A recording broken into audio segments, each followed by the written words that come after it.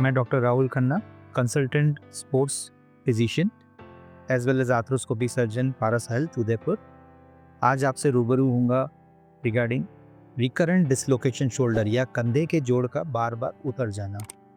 कंधे का जोड़ का उतरना बार बार एक बहुत ही कॉमन इशू है और ये स्पोर्ट्स एथलीट्स में बहुत कॉमनली देखने को मिलता है, जिसमें एक मूवमेंट के बाद जब भी व्यक्ति कंधे को सिर के ऊपर ले जाने की कोशिश करता है और पीछे की तरफ घुमाता है तो कंधे का जोड़ निकल जाता है।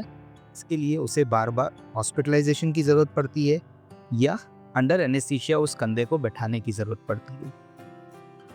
मेडिसिन में जो भी एडवांसेस हुए हैं उससे आज रिकरेंट डिसलोकेशन जो शोल्डर की प्रॉब्लम है उसका इलाज दूरबीन द्वारा या आर्थ्रोस्कोपी द्वारा काफ़ी कॉमनली होता है और हम इसे रेगुलरली पारस हॉस्पिटल में फॉलो कर रहे हैं। सबसे इम्पॉर्टेंट है शोल्डर डिसलोकेशन का डायग्नोसिस होना। इसमें प्रमुखतया दो इन्वेस्टिगेशन जैसे MRI और CT स्कैन ये इनकी ज़रूरत पड़ती है, जिससे हम शोल्डर की पैथोलॉजी की वो डिसलोकेशन की वजह से कितना जोड़ में घिसावट आई है या कितना बोन लॉस हुआ है उसको एसेस करते हैं और उसके बाद हम पेशेंट का ट्रीटमेंट प्रोटोकॉल डिसाइड करते हैं। शोल्डर डिसलोकेशन प्रमुखतया दो वजह से होता है। एक होता है आर्थ्रो कैप्सुलर टेयर की वजह से, जिसे हम बैंकार टेयर बोलते हैं, और दूसरा होता है हिल सेक्स लीजन या हड्डी के अंदर डिप्रेशन आ जाना, जिस वजह से कंधे का जोड़ बार बार अटक के डिसलोकेट हो जाता है। जिसे हम अगर ये दोनों चीज़ें एक ही बार में होती है या साथ में होती है तो हम उसे बाईपोलर डिसीज़ या bipolar involvement off shoulder dislocation बोलते हैं।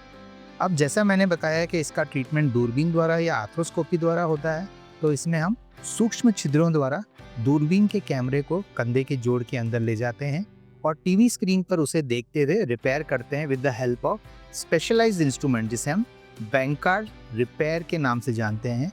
और इसके साथ साथ जब हम डिप्रेशन को भी एड्रेस करते हैं, जिसे हम बाइपोलर डिजीज़ की कैटेगरी में डालते हैं, तो उस समय भी हम उस पर्टिकुलर डिप्रेशन को कंधे की मांसपेशी द्वारा ही भर देते हैं ताकि उसे हम डिसलोकेशन को रोक सकें। इस प्रोसीजर को रैम्प्लिसार्ड प्रोसीजर बोलते हैं। शोल्डर डिसलोकेशन का ट्रीटमेंट कॉमनली हो रहा है।